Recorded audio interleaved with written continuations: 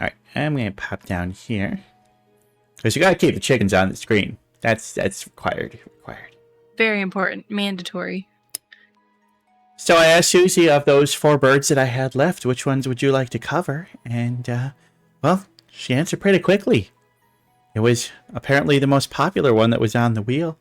And that popular bird on the wheel was the pink robin. Look at that little cutie. It's just a little tiny little cutie. Pink robin. There's so many robins out there. There's lots of birds that are called robins. But these are one of the only birds with called robins that don't have an orange or reddish chest. You got the little pinkies. The little pinky. Look, oh, they're so cute. So cute. So let me tell you a little about them. Well, they're only 4.7 to 5.5 inches long. And from beak to tail, that's really small. That's just incredibly small. These are tiny little birds. Like, they ain't hummingbird small, but they really little. And they only weigh like 0.3 to 0.4 ounces. Oddly enough, I couldn't find any information about their wingspan, but I'm guessing their wingspan is probably somewhere between like 6.5 and 9 inches, but you know, they're small. That's all you need to know. They're small. And they have an average lifespan of about 3.2 years. And of course, that's one of those things where it's like their natural lifespan is probably closer to like 8 to 10 years.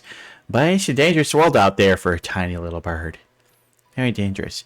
Now, here's a fun little fact about them. For most birds that have bright coloration like this, you're going to see some dimorphism between the males and the females. But both the males and the females have the pink little chest. Both of them do. If you want to find the difference at a glance, it's actually what you got to look at is the gray feathers on their head and back.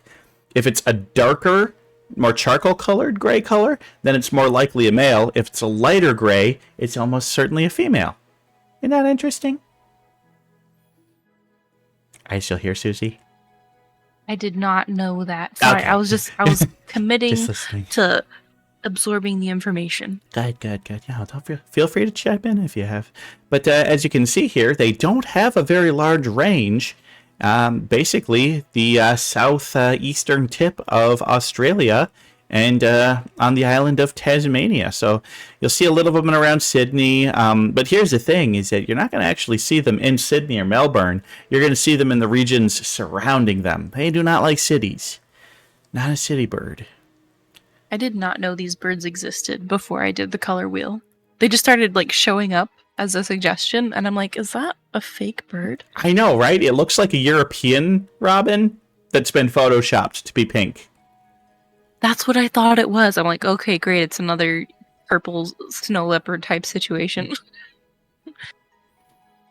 Yep. Oh, and age, given the true facts, it's like, yeah, there's actually a bunch of robins out there, and there's a lot of birds that are not related to the European robin, such as the American robin, that is actually a type of thrush. And, yeah, they kind of like, oh, red belly, must be a robin. Well, it's like, no, it's not how it works. That's not how it works. But these guys are actually pretty closely related to the European robin. They are in the same family and I think the same genus, but they're pretty closely related. And there's only 2 types of robin that live in Australia. The other is the red robin, or like the red cap robin or something like that. Yeah. Now these little fellas, they... Now you see, I want to look at that picture. You notice how that one, he's got a real dark coloration on his head, and this one's a little more light. So this one's probably a male, this one's probably a female. That's baby, that's cute. He's a little baby. Look at those. But there are 4 little babies in there, and yeah, you see them make their nests. They're little cup nests made with small little materials and moss to make a nice, soft, little, smooth little cup. And then each clutch is going to have 3 or 4 eggs in it. And they're usually going to have 2 clutches per year, so per breeding season. Now, we're used to, in the northern hemisphere, our breeding season usually being like late March to June, maybe into July. But for these fellas, it's more like November through March because they're in the southern hemisphere, and that's just when they do things down there. And The females are going to be incubating the eggs, but the male will be all super nice and be like, hey, I'm going to get some food and I'm going to bring it to you while you eat. So the males feed the females while they incubate, and also tries Love to... a supportive father. Yeah, yeah. And then when the chicks are born, the males will help feed the chicks a little bit, but it's still mostly done by the female. So, and the male is usually just trying to scare off other ones, but I mean, obviously, they a predator comes. There's not a whole lot these little fellas can do. They are not 5 inches of nothing. Yeah. Now, one thing that they found is like during the breeding season when they're trying to attract a mate, you know, so many males will sing a complex song, or they'll do like a little dance and puff up, and you know, there's all sorts of mating rituals that male birds are do, but they found that the males of the species don't really do any of that. The selection seems to be almost entirely on plumage color, and the brighter and more vibrant that pink, the more interested the females are. And they also speculate that one of the reasons that the males have darker gray feathers is that the darker the gray feathers are on there, the more that the pink is contrasted. So the pink can appear brighter against a darker background of darker feathers. That's what they assume. Color theory, I love it. Yeah, it makes sense to me. But yeah, the more bright pink those feathers are, the more likely a female's like, okay, I will have babies with you. But they do not mate for life. They pick a new partner every season, and they might even pick a new partner every clutch. They're not too picky. They ain't too picky. They like to diversify their offspring, which, you know, from an evolutionary standpoint, makes sense. So I was saying, it's just like, okay, they're in that southern area around Sydney and Melbourne, but these are not suburban or urban birds. They hate those... excuse me, hiccup. They hate those environments. And these little fellas, they like to stick to wooded areas, thick woods and forest areas, just wherever there's thick brush and lots of places to hide. That's where they like to hang out. So if there's like lots of open areas like you would find in suburbs and cities, they don't like that. They don't feel comfortable in there. They're a little tiny bird. They want to be able to hide. And it's actually pretty hard to find these guys. They're very shy. They're kind of a rare sight around there.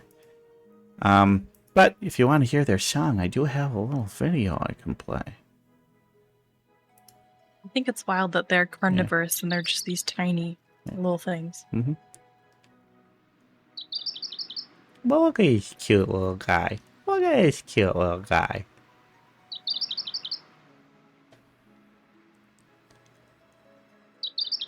He's singing. Yeah. Just light little cheeps.